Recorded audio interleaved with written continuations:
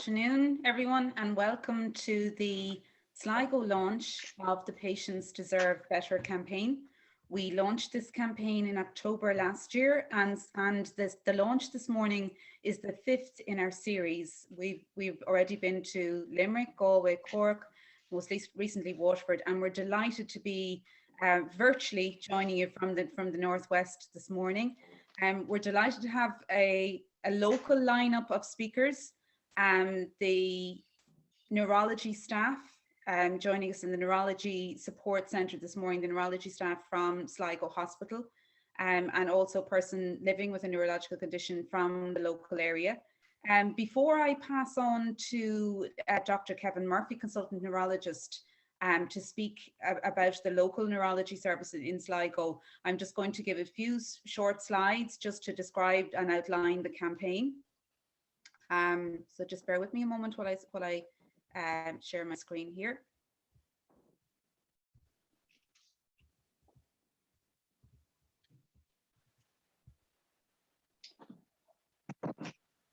So our Patients Deserve Better campaign has been up and running since October last year, and we're delighted to finally come to Sligo this afternoon, just highlighting the message that the minimum number of nurse specialists that's needed in Sligo neurology service is 7, and they have 3 nurses in post at the time that we were developing the campaign, and that leaves a shortfall of 4 neurology nurses. I just want to highlight some of the organisations, the member organisations of the Neurological Alliance of Ireland. We're the national umbrella for neurological charities throughout Ireland. And here are some of the member organisations who are supporting our campaign, and they're joining the launch this morning. I'd like to issue a warm welcome to all of those organisations joining the launch, and also to a number of our elected representatives, local TDs, who have joined the launch this morning. I'd encourage them to introduce themselves on the chat function, just to let people know who is here. And also, if people have any questions this morning, if they can put them in the chat function, and I can bring them to our panelists. I'd also like to acknowledge the support of Roche for this campaign. So nurses are critically needed within neurology services. Waiting lists for neurology are now stand at over 23,000.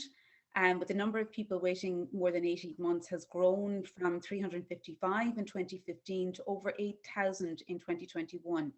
And if you visit our website, www.patientsdeservebetter.ie, you'll see a list of the reasons why nurse specialists are so critical to addressing waiting lists and also other aspects of neurology services and critical in patient care.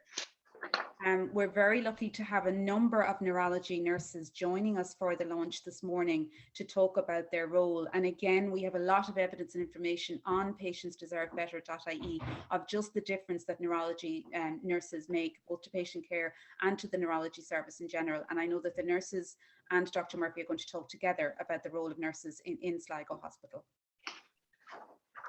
We have a national shortage of neurology nurses. It's not just in the Northwest, it's a problem nationwide. We have a shortage of 100 neurology nurses. Many neurology patients in Ireland continue to have no access to, or very limited access to, a nurse specialist. And one starting statistic, for example, is that 80% of people with Parkinson's disease, according to a recent mapping survey carried out by Professor Suzanne Timmins, don't have access to a nurse specialist. I'm going to wrap up now and move on to Dr. Kevin Murphy, the consultant neurologist in Sligo Hospital. But just before I finish, I just would encourage people to visit the www.patientsdeservebetter.ie website to learn more about the campaign, and also to learn how you, as a resident in the Northwest, can contact your local TD via the website. It's all set up for you. With a list of, you just pick your local hospital and you can automatically contact your local TDs and support our campaign. So I just want to come back to Dr. Murphy, who's joining us this morning along with his team. Dr. Murphy, do you want to Yes, thank you. No, thank you very much, and I'd like to thank the Neurological Alliance of Ireland for organising this, and we're fully behind the campaign to increase neurology nurses in locally here in the Northwest and across the country as well. So just a little bit of background about neurology services in the northwest of Ireland. This is it's just, we're dealing with the tip of the iceberg. There's a lot of unmet need. Next slide. We are in the northwest. We're a diverse. It's a pretty extensive geographical region, really, going from Castlebar, I suppose, in County Mayo, which is maybe technically in Galway, but we get a lot of people from that area, right up to the Malin Head. And so it covers 3 counties completely: Sligo, Leitrim, Donegal, large parts of Mayo, Roscommon, Cavan, Longford. I should maybe mention Westmeath as well. We sometimes get people from there. So the guesstimate population is about 500,000. So as I say, it's a geographically extensive area centred on the 2 university hospitals in the region, Sligo and Letterkenny, and 20% of consultant time is spent in Donegal. So Donegal, Letterkenny don't have their own neurologists or neurology nurses for that matter, and our service is based in Sligo and has a regional remit. So the waiting list for, and this is a very approximate figures, I think maybe an underestimate, but there's approximately 1,000 new patients on the waiting list in Sligo and in Letterkenny. We don't actually know the volume of our existing neurology patient cohort. Maybe 10,000, we don't know. And that's one of the things we suffer from. And this is a resource issue as well, about collecting data. You know, we're doing our best maybe within some of the major neurological conditions, but we do suffer from an absence of firm data. So, so just, I know this is about nursing, and I'm going to steal a minute or two just to tell you about the neurologist point of view. What we should have from the consultant neurologist point of view, we should have 1 neurologist per 70,000. That's the best practice now. We have 2 neurologists. So really, if you take the population of 500,000, we should have 7 neurologists. And it's not just neurologists, it's neurophysiology, which is an important support with EEG and EMG, nerve conduction studies. We should have 2, we have none.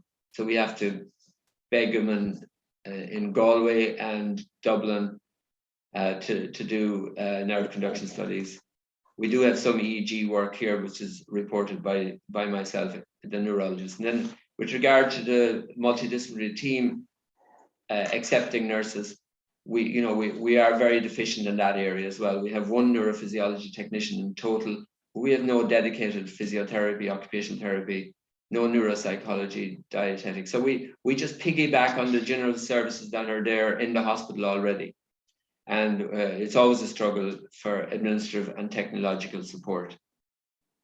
Now, with regard to nursing, and again, my nursing colleagues here will speak a bit further on this, but we have, the recommendation is 1 MS nurse per 315 patients. We have 2 MS nurses. We should have at least 3, with a population possibly of about 1,000 MS patients. And again, we don't know exactly the number of MS patients we have, but we are dealing in Donegal in particular with one of the highest regions of incidence of MS in the country. And we know there is this gradient between north and south. With regard to movement disorder, Parkinson's, we have, again, the recommendation is 1 nurse per 315 patients. We have 1 who is shared with 4 geriatricians. And again, it's a geographical thing, but it covers South Donegal, but not North Donegal or above the Lahi line. 1 epilepsy nurse per 140,000 population. Again, we should have 3, if not 4. We do have 2. 1 headache nurse per 140,000 population. We have none. Based on population, we should have 3. And then there's the 1 rare disease nurse per 500,000 population. Again, we have none, and we should have 1. And with regard to administrative support for nursing staff, we're always struggling with this, and this is one of the issues that my colleagues will bring up. You know, the lack of administrative support, and we end up doing a lot of the admin work themselves. So I'm going to hand you over now to Geraldine O'Rourke. And before I do that, I just want to acknowledge what excellent nursing colleagues I have or we, myself and Dr. Kelly have. And I'll hand you over to Geraldine, who's one of our 2 epilepsy ANPs. Cara Conway is being the other one, but Geraldine will just go through this slide, which is just summarizing some data on her activities. Hello, good afternoon, and thank you for inviting me to speak about my role as an epilepsy ANP here in Sligo. I'm one of 2 ANPs. I work full-time, and the main element of my service would be the telephone advice line, which is modelled on the service that's provided in the other regional epilepsy centres around the country. It is open on 3 mornings of the week for 3 to 4 hours each morning. And really what I'd like to highlight is that this is merely more than an advice line, that it really is a clinical, a clinical setting by which patients, and it's not by appointment I can have, there's no fixed number on the amount of calls or messages that can be left on that phone line, and that's important to highlight. So patients, families, carers, and indeed GPs and other people that we work closely with within the community settings can phone me, where I will take a detailed clinical assessment similar to what's undertaken within an outpatient clinic, and then I can either deal with the call there and then on the spot, or go and consult further with my colleagues in the medical neurology department. What I'd like to highlight though over the last 2 years is that since the pandemic, the amount of calls has ballooned, and the complexity of calls, because patients were not being seen as often as we'd like face-to-face within the clinics, or did not get the same level of access as they previously had to their GPs. The calls then were coming through these, through these services. So, the complexity, and of course the spillover of the mental health issues that we're all hearing about now in the aftermath of the pandemic were coming to my door also. So I mean, the issue is that I'm just one person to a pair of hands, and something has to give. And for me and a lot of my colleagues within advanced nurse practice would agree that what's given is my research and auditing time, of which I should be spending 20% of my working week. And that's really because something has to give. And that's a shame. And this is something that has been brought up quite recently with the chief nurse in Galway, and something that's going to be worked upon with our colleagues around the country and indeed at national level. So, while we're meeting the clinical needs of patients, we're not meeting our own research needs. And this is a shame, because we know the value of nurse research. We know we have the data there, the numbers are there, the detail is all there, but we should be using this to better how we manage our patients with epilepsy. Moving on then, I'm going to talk about my in-hospital work. So I cover Sligo University Hospital. So I meet newly diagnosed patients. And again, these patients need a lot of time. They've just got a lifelong diagnosis. Which can be extremely overwhelming for each and every one of them. And they all vary. I have people in their teenage years right up to people, elderly, and each cohort brings its own set of individual needs. Again, thanks to COVID, a lot of these patients are on their own receiving their education, are on their own receiving their diagnosis. So I now have to go, like a lot of my colleagues who I speak to, and in the pharmacy world as well, have to go and speak to the patients on the phone as well and educate patients and families. Whereas pre-COVID, you would have met the whole family and that whole support network together. I think it's important to highlight as well the resource as the service expands and becomes more, known, is that GPs are often, using the epilepsy nurse telephone advice line as their resource, to bridge that link between community and consultant. And that again brings more work our way and more work to the, to the consultants as well. My numbers are all there. They should explain themselves, but I suppose a number is just a number. It doesn't reflect the complexity of each, of each person that phones, of their individual needs. And then because I have actually I'm my nurse, I'm my own secretary. I do my own photocopying. I address the envelope to the GP, and it's crazy that in the 21st century we're still doing that as nursing and at advanced nurse practice level. But that's the reality. So I mean, we do need to expand our nurse, without doubt, to expand our service, because otherwise this service is going to stagnate. We need to develop to be able to educate, to bridge out those, links with our ID settings. I mean, if I'm looking at my colleagues in Beaumont, they're having clinics in the ID settings, instead of bringing, patients to clinic where you can go out to GP surgeries, and that's not going to happen. This service will remain as it is until we have further manpower here. So that's it. I hope I haven't been too negative, but if I am, it's that I want to expand the service. It's a great service. It's, we're a great team, but I think we can do much more if we have the manpower. So that's all I have to say, and thank you. Thank you, Geraldine. Thanks, Geraldine.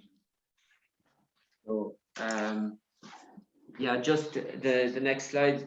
I'm going to introduce Gráinne McPartland, one of our MS nurses in Gráinne. You can go through that. Thank you. Thanks, Kevin. My name is Gráinne McPartland. I'm the Neurology CNS in Sligo. There are 2 neurology stroke MS nurses here in Sligo, but obviously we also have a regional remit.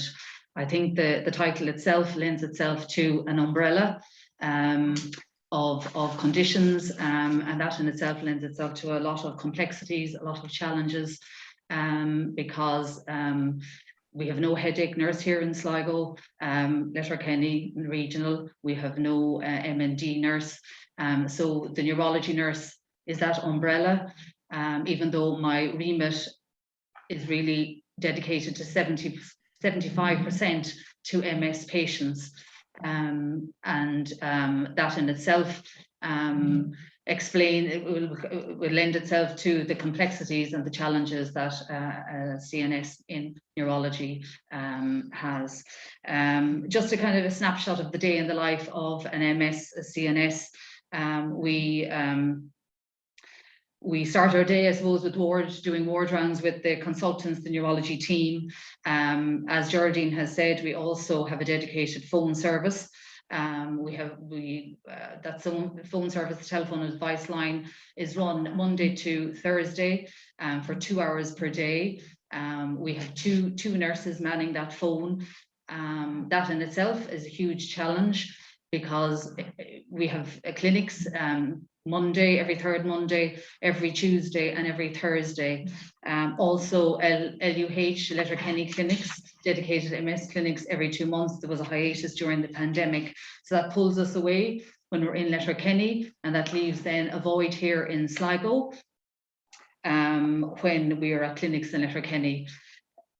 We have a dedicated day service unit as well, where we give and provide treatments to our MS patients. Our MS patients usually attend on a Monday and a Friday, and we attend day services on those days. This in itself, again, pulls us away from other roles, ward roles, a ward dedicated role, and an infusion suite role. So these just challenges that go with that, and the complexities. 2, as I said, MS stroke CNS nurses in neurology, and definitely with the numbers, as you can see, 3,804 points of contact. This is probably an underestimate, and that entails our telephone advice line, our inpatients contact, our OPD clinics. and our belief system. So there was a study that was carried out by Joyce et al. In 2018-2019. There were 40 cases of MS in the Northwest diagnosed. Interestingly enough, 290.3 per thousand of the prevalences in Donegal, yet we have no dedicated Donegal neurology service.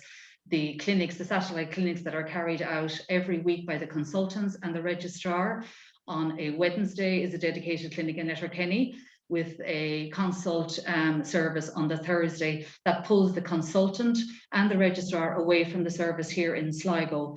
And we attend those clinics in Letterkenny, as I said, every 2 months. That study by Joyce et al. In 2018, that interestingly enough shows that there's 290.3 per 100,000 of a prevalence in Donegal, but we have no dedicated neurology service in Donegal. I think that needs to be highlighted. Looking at MS, because as I said, 75% of my time is dedicated to the MS service.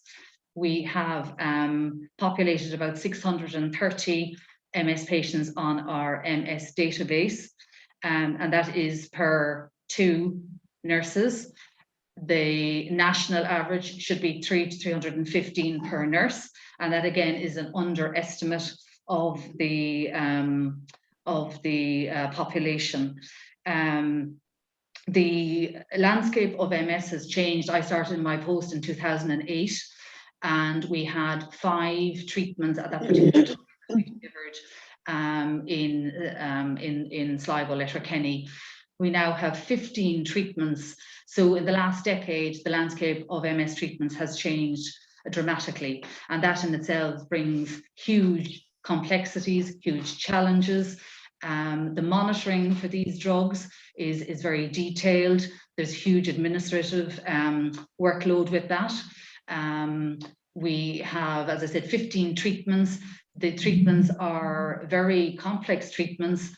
They require huge surveillance and monitoring, and that is to keep the patients safe, and that obviously is our job. Then obviously we want to populate all our patients that are on these specific treatments, and having that time, that administrative time to do that is very, very complex, and it's very, very challenging from our perspective. So the landscape is changing, the treatments are changing, and because of that, the posts need to change. We need to have more nurses on the ground, because that also frees up the neurologist time. Sometimes the nurses maybe the first port of contact, that could be through a GP, and you know, this translates to a lot of points of contact, and this also translates to more hands on deck, so to speak. The one thing I wanted to highlight as well, which I think is very important, is the lack of education for MS nurses. We have no formal dedicated postgrad post in Ireland for if one wanted to become a specialist nurse and advance to a nurse practitioner. So I think that's a very interesting point. A lot of my colleagues had to go to the UK for their formal training, and interestingly enough, it is a level 9, which is a master's level, but it's not recognised here in Ireland. So I think that's a huge thing that needs to be addressed, a huge issue from my own colleagues here in Sligo, but I think nationally as well. I think that's it. Yeah, thanks, Brian. Thank you, and thanks very much for inviting me today, Mags. Thank you, Gráinne.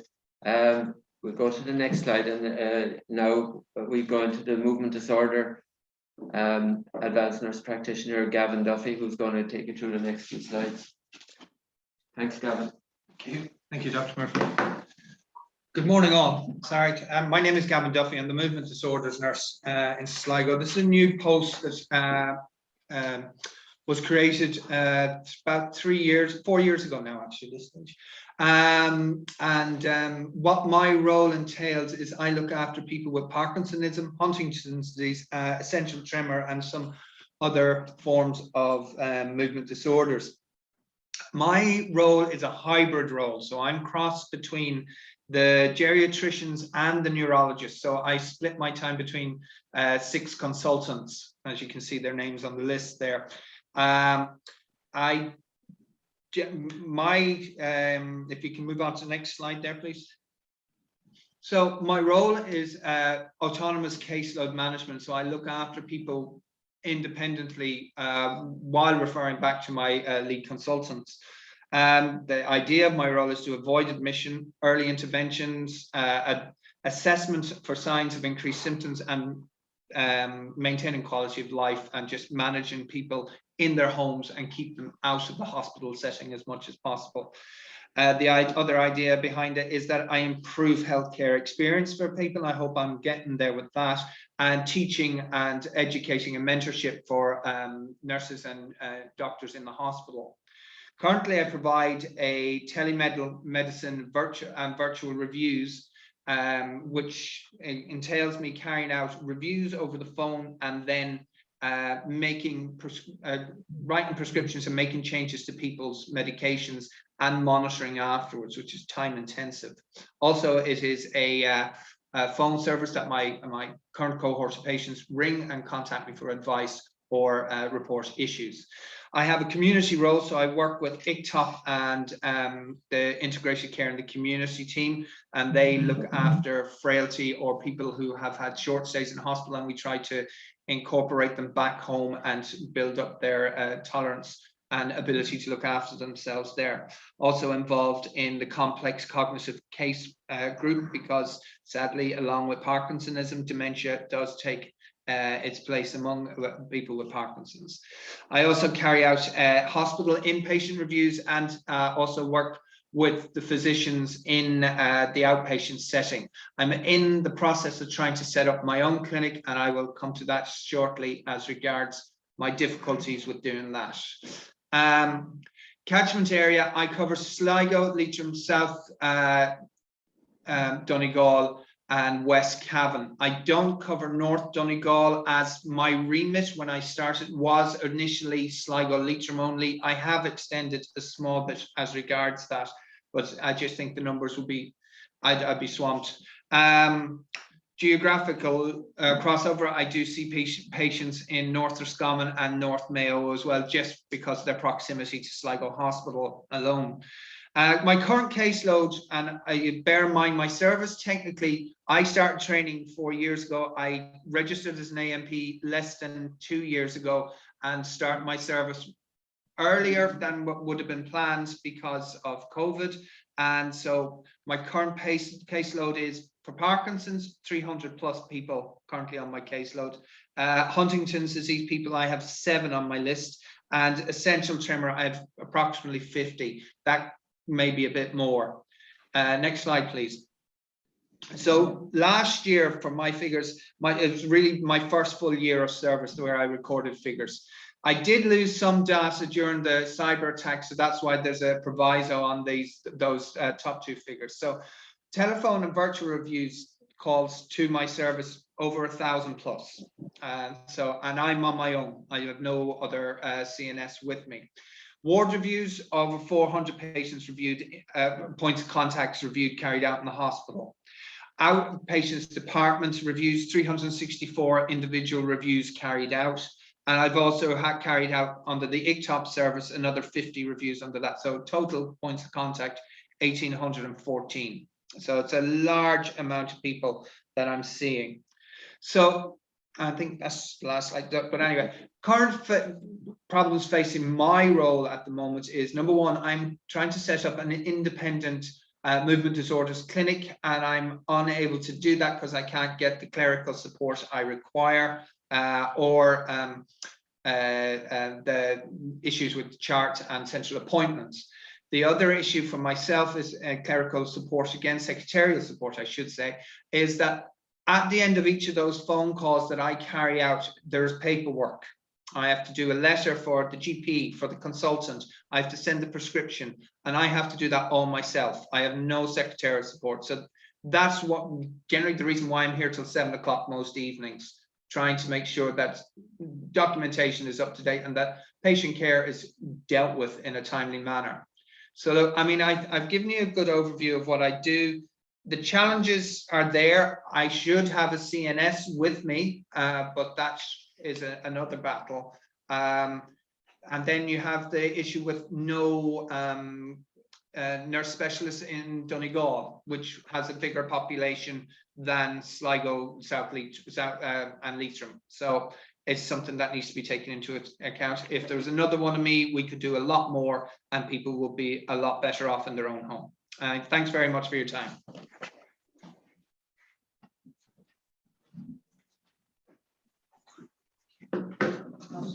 Thank you, Gavin. Thank you for that. So just the three previous speakers have alluded to the current issues facing the nursing and neurology nursing staff. Workload is ever increasing number of patients. You know, MS, for example, is being diagnosed earlier and earlier with access to MRI scans, for example. The complexity of treatment is evolving. Just today, actually, is the 1st of February. There's 2 new drugs that have come out today for MS. So this is great for patients, but it adds to our workload and complexity of treatment, the counselling involved for patients, you know, and all this is where the nurses come into their own. Lack of clerical support, secretarial appointment with central appointments. Specialised clinics are limited again due to lack of clerical support, pulling medical records, etc. Lack of clinical space, like this is, you know, to see patients develop nurse-led outpatient services. A lack of protected time for research and auditing has been referred to my colleagues as well. And we have a 3rd consultant hopefully coming to start with us in the next few months or later this year. So that consultant will come and again will need the support of ancillary services, will need secretarial support, etc. You know, but we'll also need the support of nursing staff, and that's another reason why we need more neurology nurses. Next slide. So we in Sligo and Letterkenny are enthusiastically behind the Neurological Alliance of Ireland's campaign for more neurology nurses. As we've already heard this morning, over 800,000 people are living with a neurological condition in Ireland, and Neurological Alliance does an excellent job of being the umbrella organisation for groups representing patients with neurological disease. So I would agree with their campaign that patients deserve better, and hopefully we can all get on board and support them in this. You've heard from all. There is another person in the room, Dr. Kelly. She's Dr. Kelly is the other neurologist here, and she's here as well. So that's the end of our presentation from Sligo, and thank you for your attention. Dr. Murphy, thank you so much to you and your colleagues for all of the work that you put into that presentation this morning. And I suppose this is the first of our launches where we've had every single one of the neurology team presenting and on message about the nursing service, and overwhelmingly endorsing the need for resourcing, extra resources for the specialist nursing service in their hospital. So I want to thank all of you. I think the message is coming across so loud and clear of the unsustainability of a service that has huge potential within Sligo, and to say with such a huge catchment area, but just that you can hear it in the voices of the nurses that spoke this morning, just how unsustainable, how overstretched, how under-resourced the service is.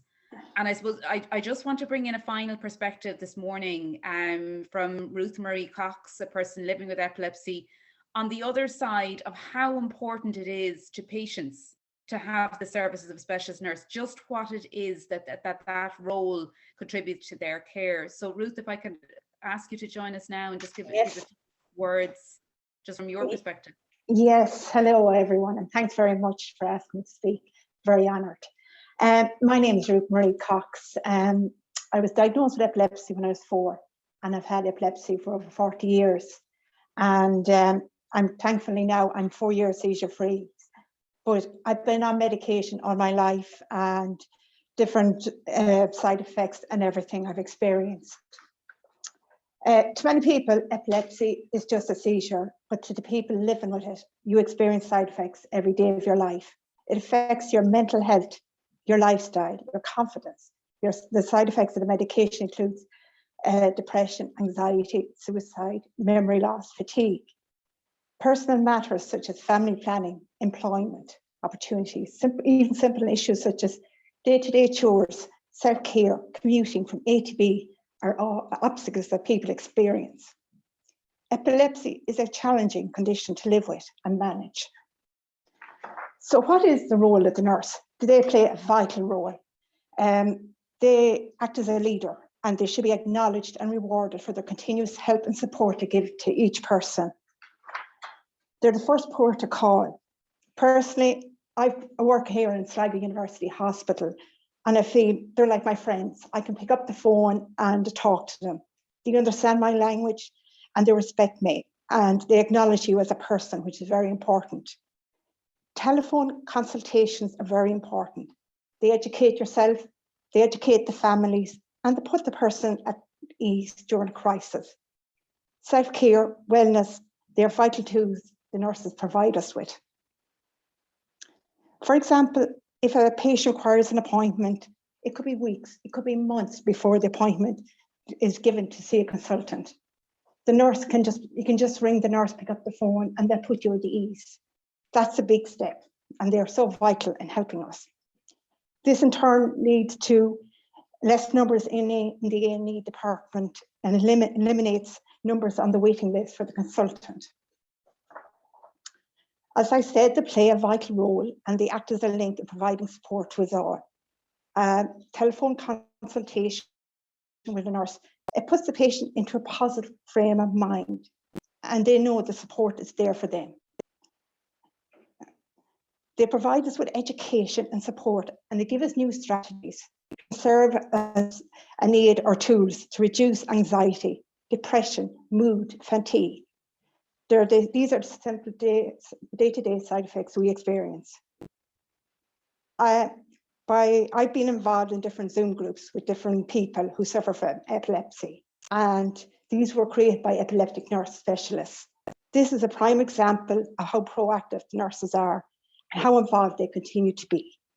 They act as a vital role, communicating to the patient on a daily basis and giving them support, the well-being that they need, new strategies and different aids. And I would like to thank the 3 nurses here in Sligo University Hospital. They've been fantastic, and I know we need more support. And I would issue for TD's minister to provide that money, the budget, that give the extra resources we need here in Sligo University Hospital. Thank you. Thank you so much, Ruth, for offering that patient perspective and just how vital the services of the specialist nurse are. I suppose we're humbled this morning at the entire neurology team in Sligo giving up their time this morning to this campaign, and to just make the elected representatives on the launch this morning so aware of the work that is being done, the work that needs to be done, the challenges facing the service, and that you are only looking for the minimum recommendations of what's needed in order to provide a decent neurology service for people living in the Northwest. I just want to say on behalf of the Neurological Alliance of Ireland and the organisation supporting the campaign, this launch is only the start. This launch this morning. Throughout the entire month of February, we will be linking directly one-to-one with elected representatives throughout Sligo, Donegal and surrounding counties, seeking their support for this campaign. Later on in April this year, we will be bringing together a meeting of TDs throughout the country in Leinster House to emphasise the problem nationwide, and we hope that the Sligo, Donegal and surrounding counties TDs are represented at that meeting. But as I say, for myself, from the Neurological Alliance of Ireland, I want to sincerely thank all our speakers this morning. We have heard you. We will bring your message where it needs to be heard. And we want to thank you for the work that you are doing, but I think it is our responsibility to ensure that you have the resources needed to continue that work.